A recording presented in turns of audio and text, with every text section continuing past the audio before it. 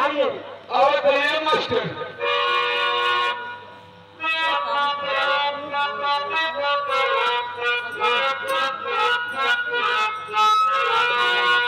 अरे निर्मल पाया चोरिया रतिया चोरवा मांगे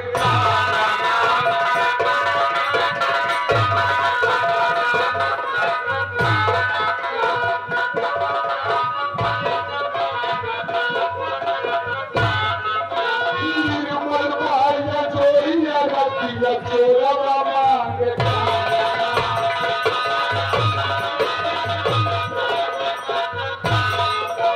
निर्मल पाया चोरिया रतिया चोरवा मांगे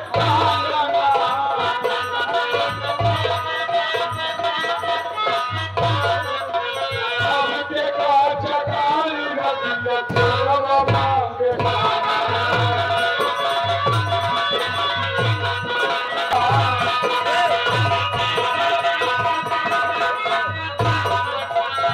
गुरु के जगाई तुझसे दुनिया खान जागरा अब के का होराई रतिया चोरवा मांगे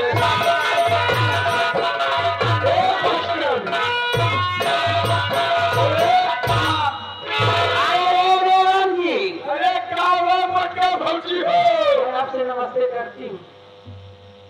नमस्ते नमस्ते ई बताओ भौजी हाँ आज ये गर्म मौसम में तुहार का हालत है भारत नहीं है माफी समझो नहीं। अरे क्या हाल है? का हाल है समस्या है आपन बताओ क्या हाल है? हमरा वैसे भीतर जाती है कहाँ मिलने जाती ये है? भीतर में भागम जाती है ए ई जिंदगी जाने से भीतर जाती है रोहन जी मतलब से कुछ कहना चाहती हूँ। हमसे हाँ जौन करूं मुहे से कहो कोई नहीं होगा बस भाग रहा है। होटल लागत है उसे आराम जाते अरे इस चमन में फूल खिले नहीं दूंगी, इस चमन में फूल खिलने नहीं दूंगी, अपना दिल तुम्हारे दिल से मिलने नहीं दूंगी। अरे श्री कुमार बेटा जान के नीचे दाब लूंगी ना, खिलने नहीं दूंगी। सुन दादा का कहा गया है कि इस चमन में फूल खिलने नहीं दूंगी, इस चमन में फूल खिलने नहीं दूंगी, अपना दिल तुम्हारे दिल से मिलने नहीं दूंगी।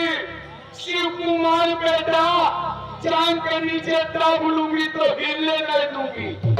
ऐसे ही कहा कहे बड़े कि चांद के नीचे दाब ले तो हिल ही न पाओ, इनके चांद न हुआ मोहब्बत सिल लिया। हमरे दूर भाई का कहा था क्या कह रहे हैं? कि तुम्हारे गोरे गोरे गालों पे गुल खिलाता रहूंगा, अच्छा तुम्हारे गोरे गोरे गालों पे गुल खिलाता रहूंगा, तुम्हारे होठ से होठ को मिलाता रहूंगा।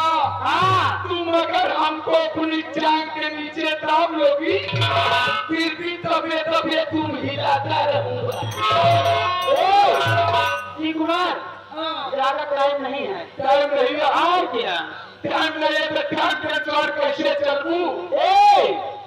आवत चली हो हम जानते जब वही कढ़ी में फटा हुए पता लौटू